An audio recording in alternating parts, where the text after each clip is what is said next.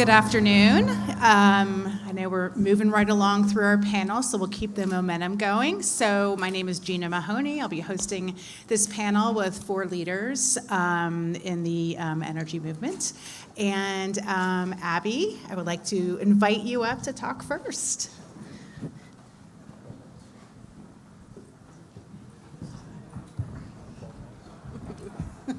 I didn't get the make the grown man cry Yeah, walk-up song. no walk-up music. I was so hoping I would. So very disappointing. We're going to have to put that in the reviews, please, in your Yelp review. If you could But just I like that was your walk-up song. mention, yeah. Well done. Thank you. So just start off with basics. Tell us about who you are and who you represent and the work you're doing. Yeah, so thank you. It's good to see you, and thank you, Chris and Heather, for having me. So I'm the president and CEO of SEIA, the Solar Energy Industries Association. We represent over 1,200 companies throughout the solar and storage value chain and across all market segments. So, you know, we do what trade associations do. We lobby, we communicate, we research, all those things. Great. So you had a great RE Plus event last week, I understand. Yes. So talk to us about that and your takeaways from that event. Sure. So for those of you that were not in Las Vegas with us last week, RE Plus is it's not only the largest clean energy trade show, it's the largest energy trade show in North America, and it's one of the top 25 trade shows regardless of industry in the United States. It's kind of wild to have had a hand in creating this experience. But we were all in Las Vegas last week, almost 40,000 of us across solar and storage primarily, but also EVs and grid technologies and lots of manufacturers, developers, bankers, sort of the whole enchilada. And it was, I went not knowing if it was going to be a dirge or like a party, and it was incredibly optimistic for the most part, right? Obviously, different sectors of the market, the solar market in particular, have different forecasts, and so certainly the residential sector was not feeling quite as euphoric. They're in a particularly challenging time, but most folks were sort of glad to have HR1 behind us, frustrated by a lot of the regulatory things that are happening, but still very optimistic about the value proposition and sort of the market signals. And so there was a lot of conversation all week about this conflict between policy and market, right? The policy is saying stop, stop, stop. The market is saying go, go, go. And I think most people there felt like the market will ultimately win out. Oh, good, interesting. And where do you see that growth then, really on the commercial side over the homeowner side? Yeah, absolutely. We've done a lot of projections, and certainly the utility scale on the commercial side is where there is lots of growth. There's still growth in the residential side. It's going to take a bit of a downturn when the individual homeowner tax credit ends at the end of this year, but the thing that we see regardless of market segment is the importance of storage. Right, and so one of the main conversations we had last week at RE Plus was about a storage-first strategy. That kind of wherever you are in the value chain, you're thinking about your customer and how to center your offerings around storage. There have been some people who were talking about, well, storage will be the offering and the solar panels will come along for free, right? So I think it's going to be a time of great innovation, both in the technology, but also in the business model and in the financing and kind of everything that we have come to know about what the storage market is up for grabs because so much has changed. Yeah, so talk about then what kind of, I don't know, what plans are you guys making with the challenges that come out of HR1? Like, what does that mean for you guys on a day-to-day basis at SEIA? So again, like depending on where you are in the industry, so for the residential sector, there still is over 5 million people have solar on their homes now. There's clearly a value proposition there, and there's clearly markets where energy prices are so high that even perhaps without the 25D tax credit, it's a sound economic decision. But there's also leasing options, right? So there's some of what we're doing is helping companies who have used one business model transition to a different business model and like learning more about that. On the utility scale side, right, like they're sort of off to the races. They are a fully functioning billions of dollars. On the commercial side, I think there's a lot of opportunity for continued education of the customer, but also sort of standardization of the contracting and standardization of the financing, so that some of those, they become costs, right? Because they're risk or time or regulatory risk. Those happen. But so we're working on all of that. I would say I just heard Bree talking, asking about permitting, right? So permitting, yes, just add our voice to that. We're deeply concerned about some of the Department of Interior actions that really is, we think will have, if not corrected soon, start to have a cumulative impact on deployment in our industry. So we're keeping, I would say, a careful eye and a strong advocacy lens on that. Do you want to specify those a little bit more, or sure? I mean, give you the chance to talk about it. Yeah, we are listening carefully to our member companies. I think probably no one in this room will be surprised to know that there is an unequal application of the secretarial order, and so some fish and wildlife offices in some states are doing it one way. Other BLM offices in other states don't have a process. There doesn't seem to be a lot of coordination and communication. And so there's a very bespoke process, which, that means time, money, anxiety, resources. When you don't want to bespoke No, process. we don't want to be that. Yeah. Yes. That is not the area of our lives we want to be bespoke. Regulatory decisions. Yeah. Fashion, maybe. Right, Not right. yeah. Of course, that's where it belongs. Do you expect consumers, and not your consumer companies that belong to SEIA, but just the average consumer homeowner, perhaps, to particularly if they already have solar, to be concerned or to be talking to their members of Congress or their local officials? Do you expect those conversations to happen? It's an interesting question. I feel like it's an area where we could make a lot more progress. Is energizing and organizing. No pun intended. Oh yeah, I didn't even think about that. Those homeowners, I think one of the things that happens when people go solar. How many people in here have solar on their homes? Oh wow, this is not a very representative group. Okay. Usually, when I ask that question, a lot more hands go up. Well, if you have solar on your home, you probably also have an app that's telling you how much solar you're producing at any moment in time, and you get a little bit obsessive, at least at the beginning, about your own home energy use and how much money you're saving and what it looks like. And so in that way, we kind of have this built-in infrastructure of advocates that I think we can do a better job of mobilizing. But what I do see happening is the attachment rate of storage, right? A lot more homeowners are choosing to add storage either at the time of installation or kind of afterwards, right? So maybe you got solar 5 years ago and the cost of batteries are coming down and the weather keeps being incredibly difficult and outages continue to happen, and so you decide it's time to add storage. That's an area where we see a lot of, like on the commercial side, a lot more uptake. So I think that will continue to happen. Yeah, great.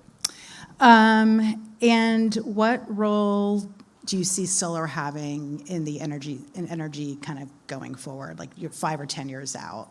Where are you hoping to be? World domination. No. Yeah. Okay. So Yeah. I figured. Other than world domination, the argument we made through all of the HR1 discussion was that we need all the energy we can get, and that each one comes with its own unique, profile and its own unique challenges and its own unique siting issues, and its own unique speed at which it can be built. And solar and storage are some of the fastest. Well, they are the fastest to be built, right? And we have done an incredible job of onshoring a lot of our manufacturing capacity here. And so some of the concerns maybe 5 years ago about it's all, maybe you can build it fast, but it's all being imported. That is no longer the case. And so I think, I am a believer that the market will win out in this debate around policy versus market. And so I think there will be more and more deployment of solar. I think customers, and when I say customers, I'm thinking utilities, corporates, and homeowners. That's what they want. They want solar. They want to have the option For it. And so I think there will be more and more, like 30% of our energy. We're about 7% of the nation's energy Electricity generation at the moment, I think will be north of 30, maybe 40. I don't think, but I think we should have a diversified portfolio. I think that is what makes the most sense for any number of reasons that everyone in this room knows. So more solar to come. That is my thought. And in new geographic areas or, yep. Yeah, I mean, that's a wild thing. So we just released our report last week around solar deployment in the first half of 2025. Texas is number 1 in 2025. California is number 2. Any guess on number 3 is? Florida? No. Good guess. Not New York, not Florida. You guys are all Not very Virginia. disappointing audience. Indiana. Okay. Yeah. Indiana. Would anyone have guessed Indiana?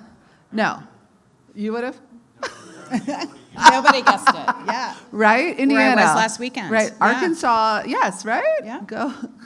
Arkansas is on the list. Like Ohio is on the list. Like high on the list. So it is happening already in places that you might not think of as solar states. But it makes sense financially. It makes sense. And utilities in particular see it as a way to provide low-cost, reliable electricity, particularly paired with storage. So, it'll be in more states, but it'll be in more states because the market has The market wants demanded it. Yeah. Okay. Last question, and I'm going to ask each panelist this today. What is the best piece of career advice that you received at any point in your career? Luckily, I knew this question was coming. Yeah. So I actually have one. I've received a lot of good career advice in my life.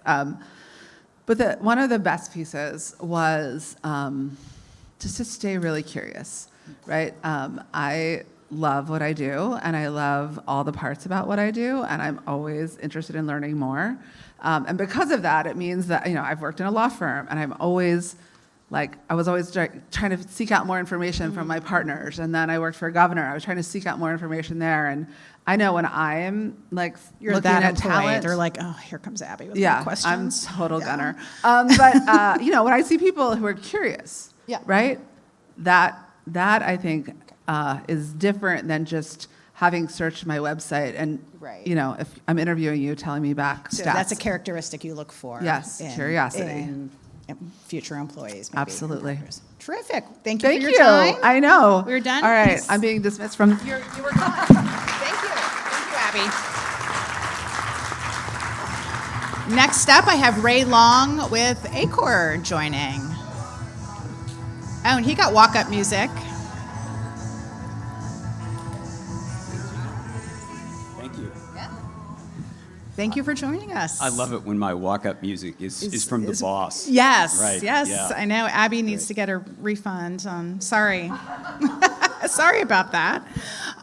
Tell us about yourself and tell us about ACORE, please. Sure. So, hello, everybody. I love coming to these things because oftentimes it feels like old home week. I just saw Barbara Tyron sitting over there, who I haven't seen in Barbara, like 2 weeks now, right? Yeah, exactly. So I'm Ray Long. I've been here. I'm the chief executive of ACORE. I've been with ACORE for about 20 months now. I mentioned that to somebody earlier, and they told me, you need to stop talking about it in terms of, what you would say about a toddler. 20 months versus years. There's been a long 20 months. So after I hit 2 years, I'll start doing that. But before this, I hate to admit this, but I spent about 30 years in the industry working for predominantly different IPPs, starting with a Southern Company affiliate when I left consulting in the 90s, and then NRG for 15 years. I didn't think I'd be anywhere for 15 years. And then we built a renewable portfolio, which many people know became Clearway. I left and joined Clearway, joined the management team. We spent 5 years tripling the size of the company there. And then I don't know whether it was because I had an aneurysm or because I was bored, but I decided to jump out and come over to ACORE and take this position on. Okay. But it's been a great 20 months working with the team here. And for those of you who don't know ACORE, we're a nonprofit 501c3, and our remit is basically, enabling, good policy for 3 key audiences. All of us here, business, the media, and of course, policymakers and staff, about what it takes to actually, invest in, develop, and deploy clean energy throughout the United States. Great. Now, were you at RE Plus last week as well? Yeah, I was. It was fantastic. I go pretty much every year, Okay. and I love following Abby. Yeah. You know, one of the things that's interesting is, I'm sure we're going to get into this, is we talk a lot about what's happening at this particular point in time and the impact that all the things that are happening on things like wind and solar in particular, but all renewables and energy issues. And you know, I do interviews all the time, and everybody always wants to talk about, oh, is wind and solar going away? And I love the fact that I went to RE Plus last week, and we had 40,000 people coming to visit and talk about those very issues. And how is the mood? And how are people feeling? You know, It's been a tough year. It has been a tough year, Yeah. but you know, I think this is a business, and that's where I come from. In you know, my background, you know, back in the '90s and early 2000s, all the generation technologies that were out there were fossil, right? It was it was coal, oil, natural gas, and of course nuclear, and all that. And there was reason for that, because the value propositions for what consumers want, they were delivering on. So downward pressure on prices and reliability first and foremost. And I look at today, where we've got an incredible amount of demand. The market is huge. Anybody here know Rob Gramlich over at, yeah, everybody knows Rob. So Rob's forecast back from earlier this year for just 2030 is 118 new gigawatts of generation that need to be built. Okay, so that's huge, right? That's the equivalent of 12 New York cities versus new generation that we need to bring online in now under 4.5 years. So the optimism was there because everybody knows the market's there. Value proposition, solar, wind, storage, and then a list of other things. Let's loop all the energy technologies in there, conventional as well, are delivering on those things right now.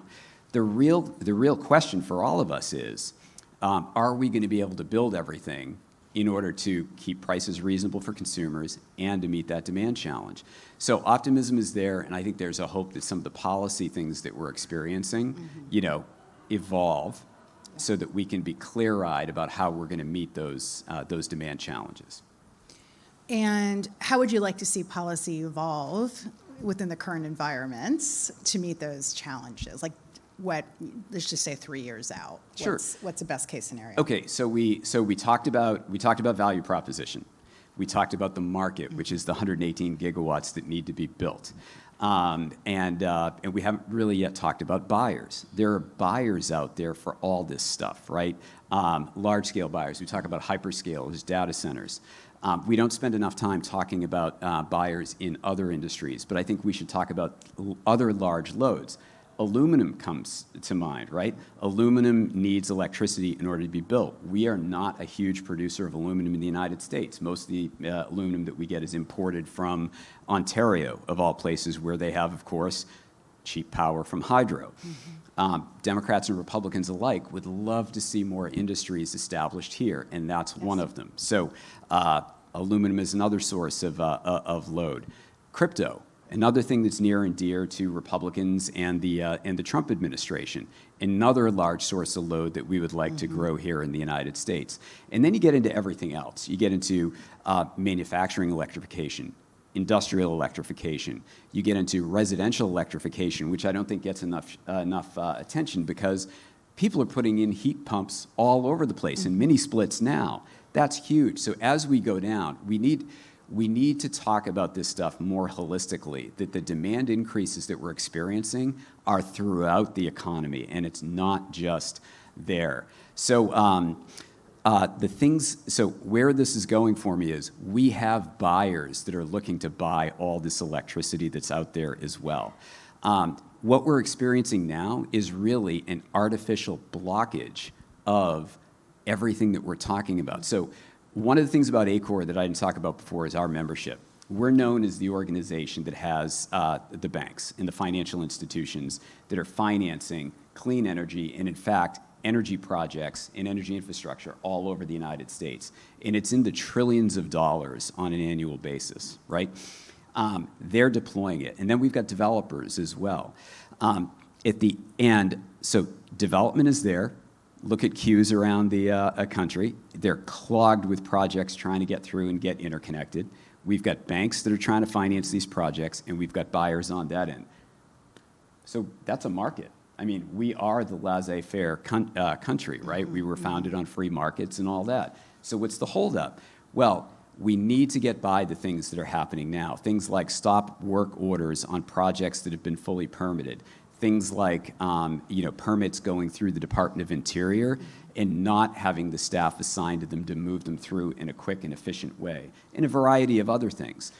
I think that if we can get by those things, we'll wind up in a situation where we're helping to grow the economy, we're helping to drive prices down in an era where electricity costs are escalating in a massive way. One of the forecasts that I saw about a week ago was in the next 12 months, certain areas of the country may see 17% increases in electricity costs over the next year.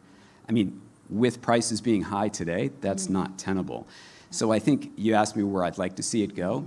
I'd like to see us get back to a place where what I'm used to over time, which is where you have a market, where you have investors, where you have people coming in and developing the infrastructure and using that money, that we let that play out. And then if there's a need for government intervention beyond that, we let that happen. But that's not what we're seeing right now. And speaking of government intervention, are you, ACORE and members, are you going to the Hill and going to the agencies and having conversations now? And Yeah, so ACORE's remit, we're not a political organization, we're not a trade association. So we tried, I've put a lot of facts out there that we've talked about. Last year, we put out 42 different white papers and publications on different subjects. We have conversations with policymakers, staff, the media, and a lot of business people, and we'd like to lay all this out there. We don't see our job as being overtly political on these things, but talking about impacts and solutions. So let me just throw something out there. One of the things that we try to frame things around is people so that all those audiences can get their mind around the issue in a simple way. So one of the things that's been talked about is how do we more fully leverage fossil generation in the fossil development and generation in the country. Does anybody know here how many of our 50 states actually generate fossil fuels? It's a rhetorical question. It's 15. So there are 15. You're asking questions. You already know I the do. I like answers doing to. this. Law school, Socratic method, all that. So 15 states in the United States generate coal, oil, and natural gas. And by the way, I was going to talk about this later, but I'll talk about it now. I've worked on pretty much every technology out there. I am like the original all of the above guy. Before, do you have a favorite though? Before it was cool? No, if as a consumer, if I'm getting low cost electricity and the lights stay on, that's my solution. Yeah, natural gas, whatever it takes. And I can talk coal with the best of people, so I'm all there. But where I was going with this, though, is so you've got 15 states that are generating fossil fuels. Imagine you're a governor out there of a state that is not one of those 15, okay? And you're sitting there, and you've got escalating energy prices, and the grid operator or the utility or the Public Service Commission that's in your state is sitting there saying to you, look, we need to build more, and we're in danger of outages like next year. You're going to want to chart your energy future and figure out how you're going to solve for those things, because there are political consequences to prices going up super high and outages, power outages, right? We think, and the things that we're starting to hear is the concern from Republican governors and representatives from those other states is that their hands are now being tied, that they can't actually take advantage of all that investment in those projects that are being done. And I think that's a very powerful message, because then it's not just solar and wind developers that are sitting there, talking about it. These are real life chief executives from those states that are trying to figure out solutions for their constituents at the end of the day. And I think we're in an evolving period right now where the more the lexicon continues to change, where we're not talking about fossil versus renewable, that we're talking about energy solutions as a whole, the more we're going to be able to come to a common reasoning about how we want to get to the things that voters and energy consumers really need and deserve at the end of the day. Great. Great insights for this audience in particular. Closing question, Sure. best piece of career advice you have received? Okay, I'm really glad I got a heads up on this Yeah. because, everybody wants to come in and have like a really cerebral example about something, and I'm going to go the opposite yeah, way. no, it doesn't have to be. Yeah, Yeah. okay. Best career advice I got, I call mayonnaise jar advice. It's on the back of every mayonnaise jar, and it sounds like this: keep cool, don't freeze. And I think that's particularly poignant right now. Okay, in this part. perfect. Appreciate that. Thank you. Thank you very Thank much. you so much.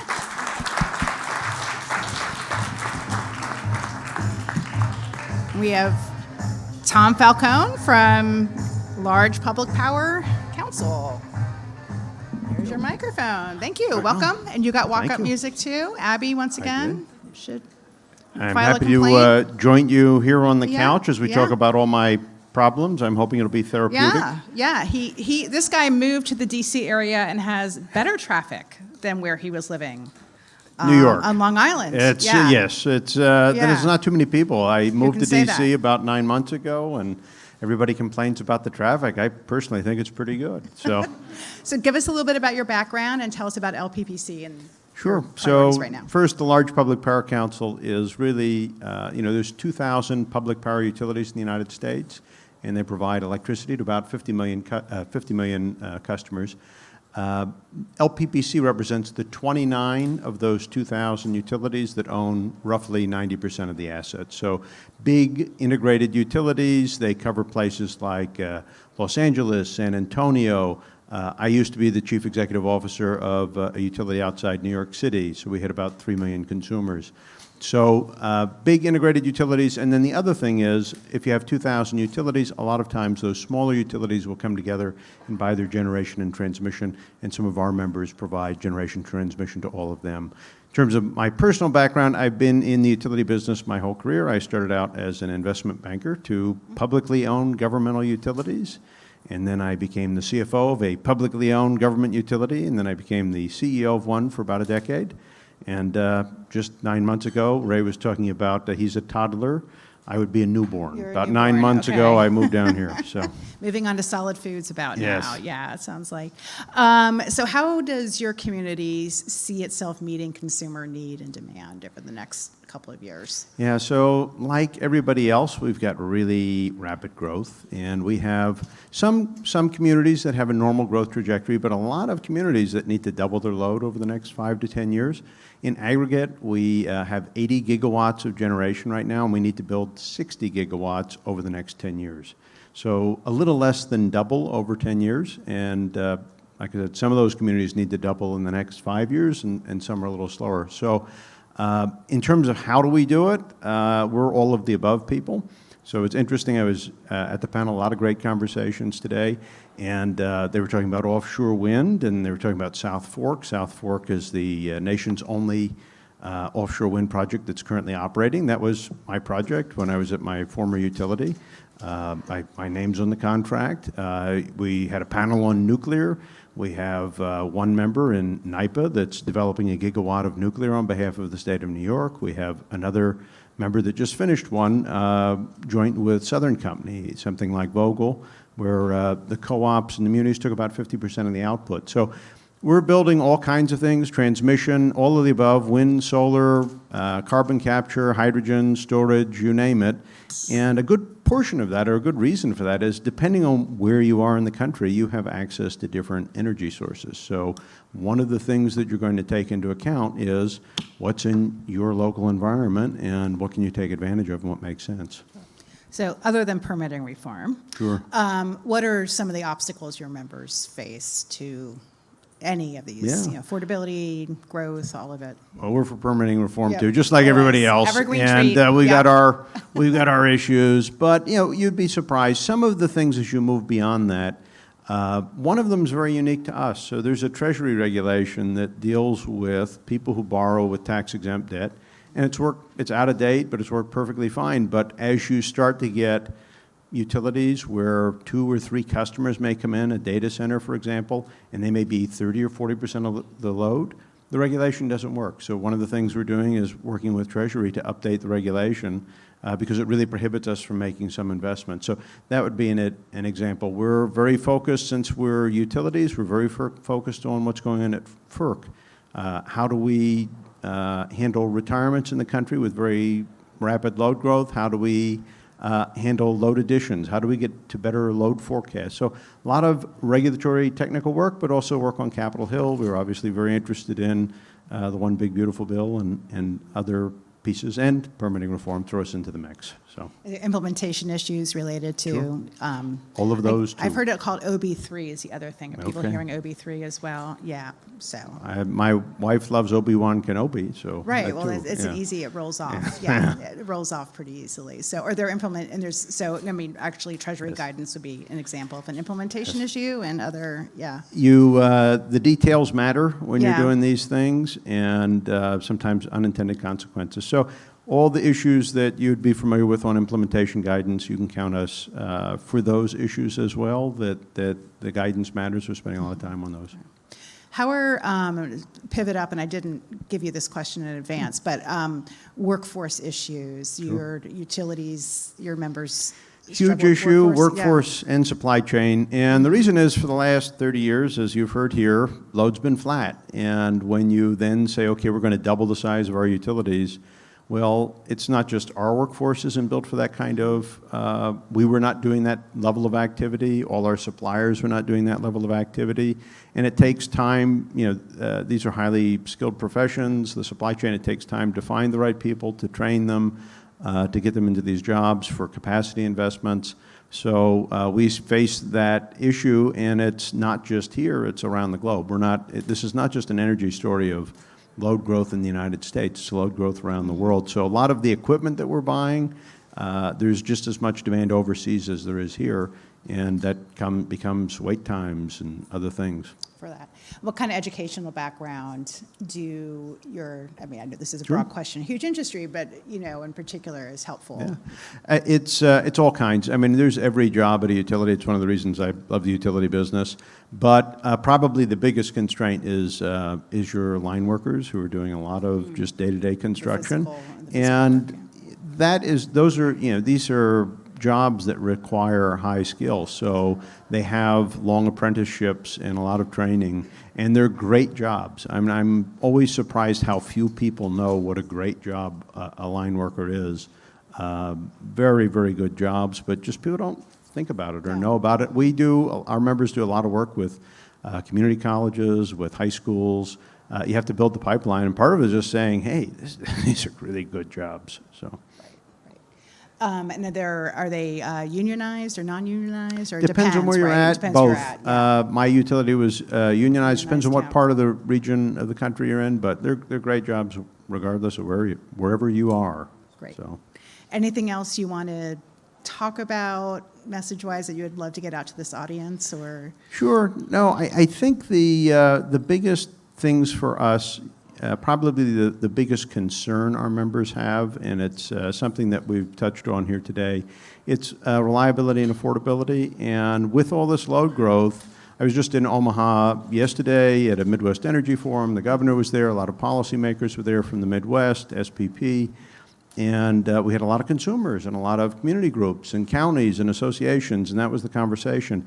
When it comes to reliability, what does it mean? You don't want to be an electric utility. You don't want to be the reason that we don't win the AI or advanced manufacturing. We've got huge chip build. We have, for example, in Nebraska, there's a very large sustainable aviation fuel. They've built a carbon capture pipeline, but it all takes load growth. And one of the interesting topics that came up yesterday, too, is, hey, it's not just the people who want to come to town and build 1,000 megawatts. There's a lot of concern from people who are just normal businesses that want to expand. They need 5 megawatts, and now suddenly can they get it? Can they expand their business? So I think reliability, and from our perspective, that is like bedrock. That's what we do. We supply power. You don't want to be the reason. And yet, it takes a long time to build in this country. It's supply chain, it's permitting, it's everything we've just discussed. And then you get to affordability, and there was an article in the Wall Street Journal this morning. We've had conversations here today. Why are electric rates going up? And there's a number of factors, and some of these get political. So sometimes they'll say, well, is it clean energy that's driving the price up, or it's data centers that's driving the price up. Well, there's really a couple things going on, and one of them is prices are up for everything, and utilities buy in the same markets. We have to employ people. Wages are up, our wages are up. If costs are up, or if energy prices are up, if the commodities that we're buying, if we're doing a massive expansion of the electric grid and it's global and trillions of dollars are being invested, well, supply and demand, all those prices are up, the material prices are up. So that's a big factor. But the second big factor, or the second thing, is new just costs more than old, and that's always the way. Marginal cost is higher than average costs, how an economist would say it. But to say it a different way, if you buy a new car, it costs more than if you have your fully paid off, 10-year-old car. And we're in the process of expanding the electric grid, and new costs more than old, and we're building lots of new stuff. We have utilities that need to double in size. And so that is going to be a big driver and something we'll have to keep an eye out for. And we're public power utilities. We're not for profit. We're trying to deliver at cost and low cost. So that's our mission. But this is a huge strength. Yeah, that is. Okay. Best piece of career advice you received or you Sure. would want to give to? Yeah, best advice I had was don't be afraid to take a boring job. And that might not be a risk for a room filled with energy Yes. people, right? Energy policy people. But I'll say, coming out of school, I came out at a time when everybody was going into the internet and whatever the last big boom we had. Everybody wanted to work for pets.com. And I went into utility, The soccer, government yeah. utility finance. That's Yes, exciting. I was the opposite. Now, Yeah. some of these pets.com people did really well. I mean, Jeff Bezos, Elon Musk, or whatever. But I'd say But are they happy? I don't know. Yeah. Some of them don't look too happy, but they certainly did very well. But I'd have to say, though, that a big advantage in life is to really be interested in what you're doing. And I was not interested in shipping books out of my garage or whatnot, but I was really interested in a very boring topic. And so much of life depends on the people you're actually going to work for and what you can learn, and whether you show up to your job every day and you're interested in the topic, because you will just do so much better if you're interested in the topic. So selling books out of my garage was not for me, or pets.com, but other people seem to have done well with it, and that's probably because they had a passion for it. But do something you have a passion for. It just makes life a lot easier. Terrific. So, Thank you so much. Thank you so much. It's terrific.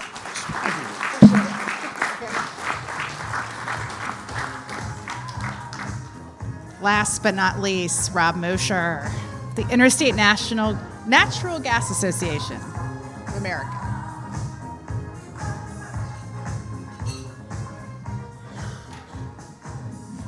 Thank you for making it up.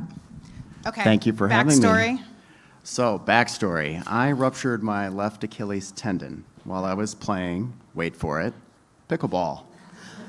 Word to the wise if you've never played pickleball, and it was my first time doing so. Oh, I'm playing Saturday. Make sure you stretch. Okay. Understand that your body may not be accustomed to those movements. And to add even more insult to injury, no pun intended, I was out of town when it happened. So I had to come back to the DC area. But I'm on the mend, and I'm going to make a full recovery. Okay, terrific. We are glad to hear that. So please introduce yourself, other than we know you're Achilles now, but and talk about your organization, Sure. please. So I'm Rob Mosher. I'm the Vice President of Government Affairs for the Interstate Natural Gas Association of America, otherwise known as INGAA. We are a federally focused, DC-based trade association. We represent the midstream portion of the natural gas value chain. We have the large, highly pressurized pipelines that move natural gas from production to end use, or for consumers to our shippers, who ultimately employ the fuel source for electricity generation, heating, industrial manufacturing. And we have 29 member companies who collectively have over 200,000 miles of interstate natural gas pipeline infrastructure in North America. We also have 7 member companies who possess LNG export facilities. So that's who we are. Great. And you're expanding and growing as a sector? Yes. Can you talk about where that growth is? Sure. So the expansion, and I would be remiss if I didn't mention that one of our largest member companies, Williams Companies, was on the panel a little earlier today. Earlier today. And Liz Bowman touched on this, so I'm going to repeat it everywhere. But I think where we've seen the most expansion, and there are a number of factors for this, is really kind of the Gulf Coast, Texas, Louisiana, the kind of Appalachian or Permian Basin regions.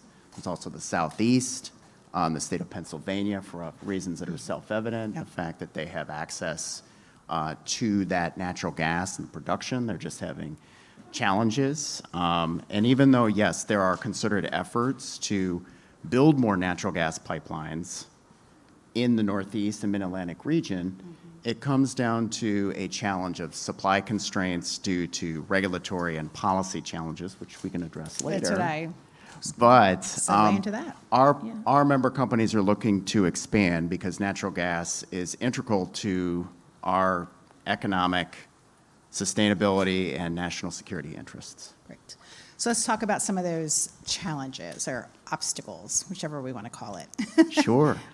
So I'm also going to be repeating the refrain from a lot of other speakers. So the but permitting reform. yes, Okay. yes, Yeah. permitting reform. We saw this coming. Yes, it continues to confound our operators in a lot of different ways. The processes are slow, inefficient, and overly litigated. So there are a number of reasons for this. Very well intentioned, but when the National Environmental Policy Act, or NEPA, was enacted back in 1970, and of course the Clean Water Act, both Section 401, which determines projects and their effects or their discharges into navigable waters, and of course Section 404, which deals with nationwide permit at the Army Corps of Engineers, and of course the related judicial review for all of these different environmental statutes. It's really critical that the scope of the original intent of these environmental statutes is restored.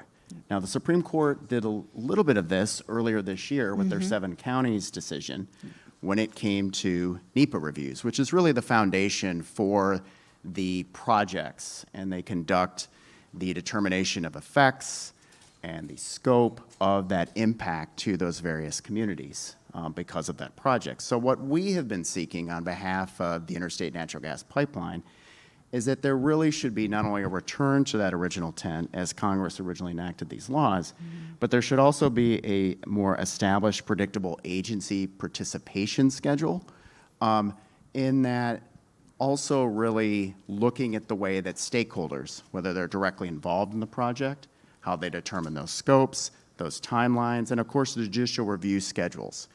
Statute of limitations for NEPA is 6 years long.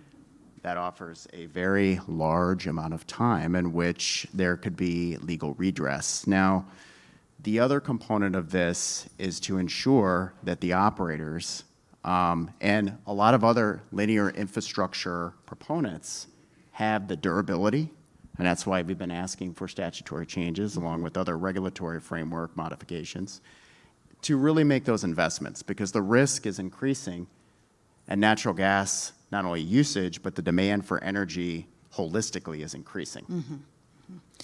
Where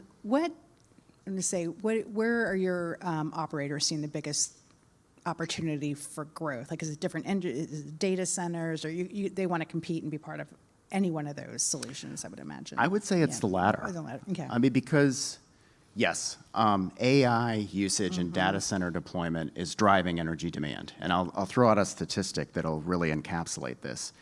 The Energy Information Administration indicated that by 2050, net electricity generation will increase by roughly almost 45%.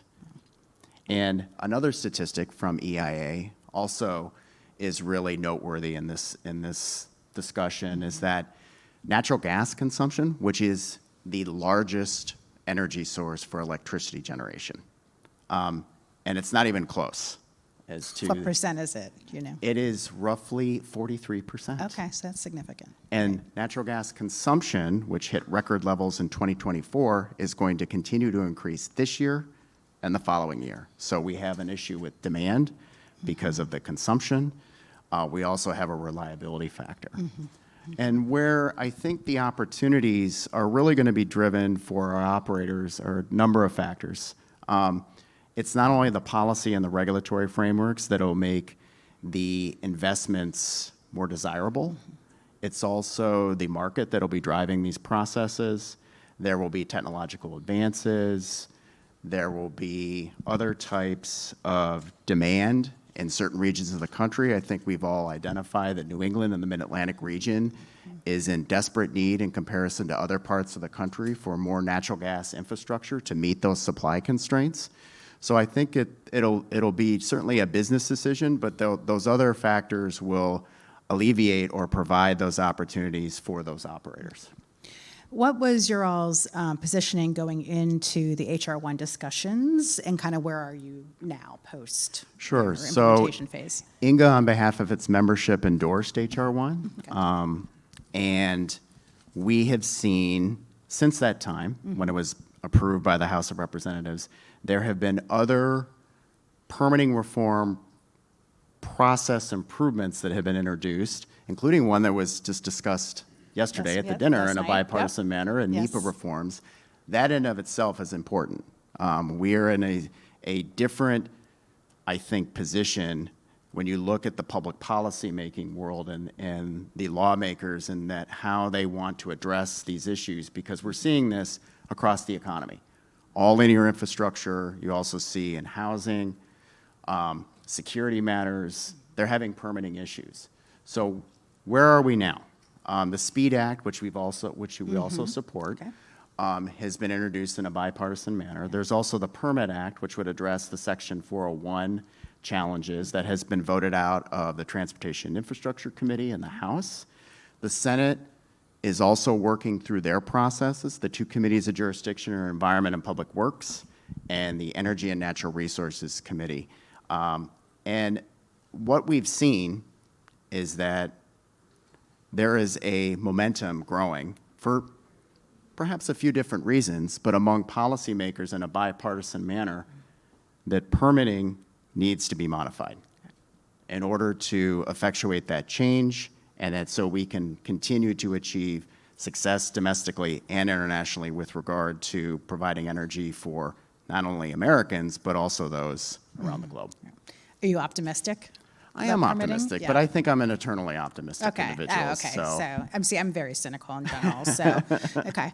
Oh gosh, I had a question and it just went out of my mind. So now I cannot remember it. So I should have made notes from. Oh, I was going to ask you about workforce issues as well. Do you Sure. struggle with workforce issues as well? So yes, the interstate natural gas pipeline sector, like a lot of other more traditional energy providers throughout the value chain, we're having a bit of an issue in that there have been just a generational kind of series of retirements. So recruiting can be a bit troublesome. But what has been, I think, a good portion of those recruitment efforts has been that natural gas is certainly more needed now than it has been previously, given all the factors that have been discussed by a number of panelists, myself included. But it is also just the impact, and that these are jobs that have an enormous economic benefit by the direct and indirect, the hundreds and thousands of jobs that are provided. So these are opportunities for those who have the aptitude, the background, and the interest. And also the stability in that as the economy continues to transition and the markets drive a lot of those forces, there will be more workers needed. And that also, as a component of that, to continue to support STEM education programs and just encouraging individuals, younger generations, to go into those fields. Okay, great. And speaking of younger generations, I'll close with a favorite piece of career advice you got, or Sure. a piece of career advice you want to give. So, like a lot of other people in DC, I started working on Capitol Hill. I worked for a handful of lawmakers before I went into the private sector. I worked for one of INGAA's member companies, and I was very fortunate to have a number of mentors and individuals. But I think the consistent strain of advice that I received from a number of those same individuals was really to continue a lifelong learning capacity. and to really pursue what is meaningful rather than what is expedient. To go into a professional field that interests you, where you're continually curious as one of the other panelists. We have consistent advice today. And Yeah. where you're valued and you feel like Yeah. you're growing. All of Yeah. that is, I think, integral to being successful and ultimately being content. Great. Terrific. Thank you very much. I appreciate it. Thank you, everyone. Thank you so much.